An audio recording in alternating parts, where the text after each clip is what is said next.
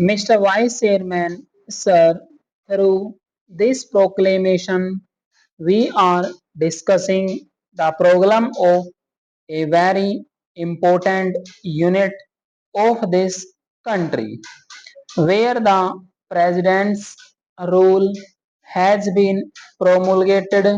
While supporting the resolution, I want to make some observations not only on Mizoram but on the entire northeastern region where the political situation continues to cause concern for this country. Very often we talk about insurgency, but to me, in the northeastern region, even before independence, we were fighting for the identity people were asserting, and we were asserting for our very survival in this country.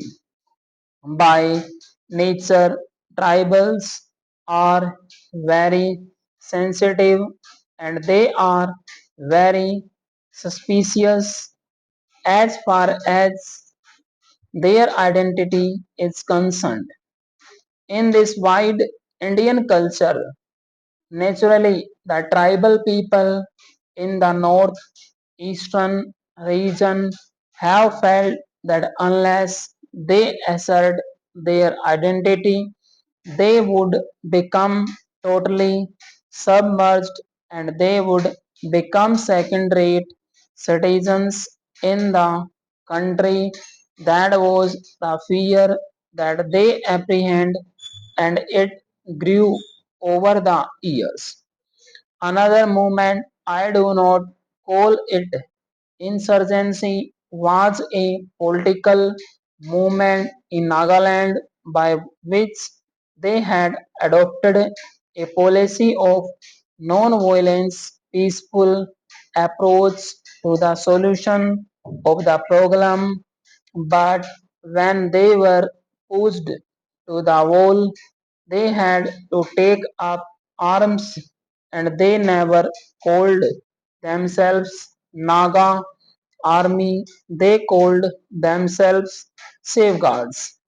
It was a part of the undivided Assam because of the police action they had to defend themselves, and gradually it has developed into a political movement, and they had to take up arms to defend themselves, to protect themselves, to protect the village. In this way, this kind of political movement continued not only in Nagaland but also in other parts of the northeastern region. This was followed by Mizoram, then again Manipur, and today this melody has been separated to Assam also. So do not take it only from the point of view of insurgency. I would urge this august house that the feelings, aspirations, the longings these tribals in the northeastern region have got something to do with their survival for their existence. May I state here that in Nagaland, though it is a small state, it is a small tribe. We have our own history, we have our own political background, and it was no other leader than late Pandit Jawaharlal Nehru who recognized the identity of the Nagaland, and it was Pandit Nehru who gave that political identity to Naga people. And therefore, the Naga people, even now remember how great was Pandit Jawaharlal Nehru. He was a father of the downtrodden. He was a father of the people here. Let us come to Meghalaya.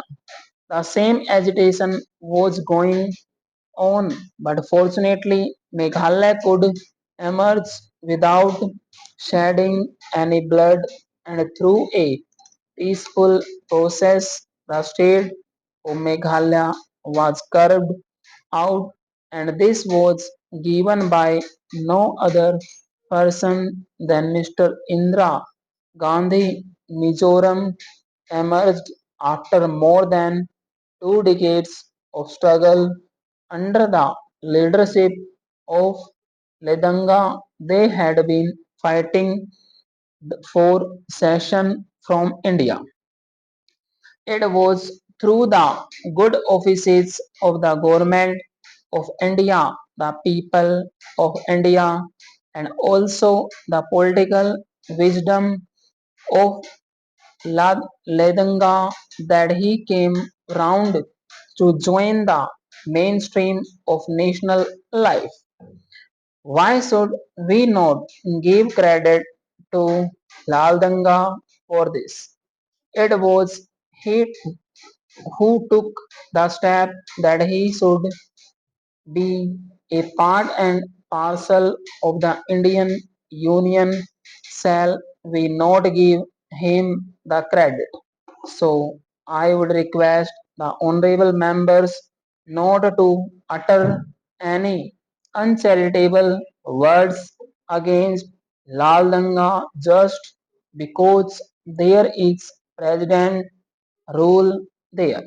Whether president's rule is there or the elected government is there, Lal Danga is also there. How could he come to power after the last election? I would remind this august House that the tribal people are very considerate. It was Mr. Lal Danga who highlighted or projected the Mijos in the eyes of the people of India and the world. Mizo people are proud people, very hardworking people, and they know what is best for them.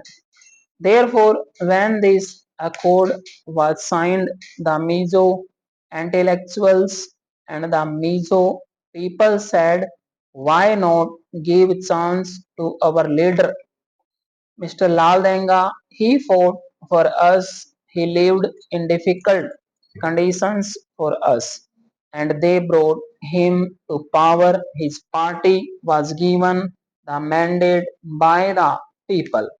But, sir, administration of gorilla people is quite different from a normal administration.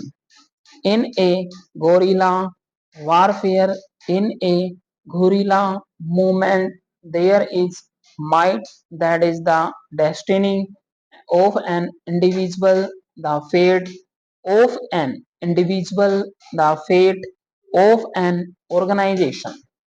But in a normal administration where we have to function under the Constitution of India, we have to be governed by normal rules and regulations and producers.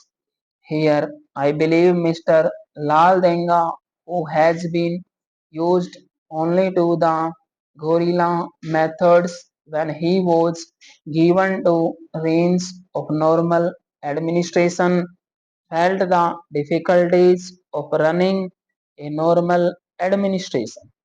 He could not satisfy not only his MLAs, his partymen, but also his followers because one can promise heaven, one can promise the sun and the moon, but in actual implementation, one cannot satisfy the feelings, the aspirations, and the urges of all the people who follow him when he was leading a political movement. Similar is the case in Assam. AGP promised so many things to the people, but when you are given the actual reins of administration, you are bound to humble, so they are also suffering. Similar is the case with Lal Denga. Stop. Don't blame only the Congress government. Defection was not by Congress people, it was among his own colleagues, among his own men. About this anti-defection law, I think the philosophy behind it is also full of defects and loopholes. When an individual is killed, we call it murder, but in a war, when we kill thousands, we don't call it murder. Similar is the case with anti-defection law. Therefore, this House should do something rethinking on this. Stop.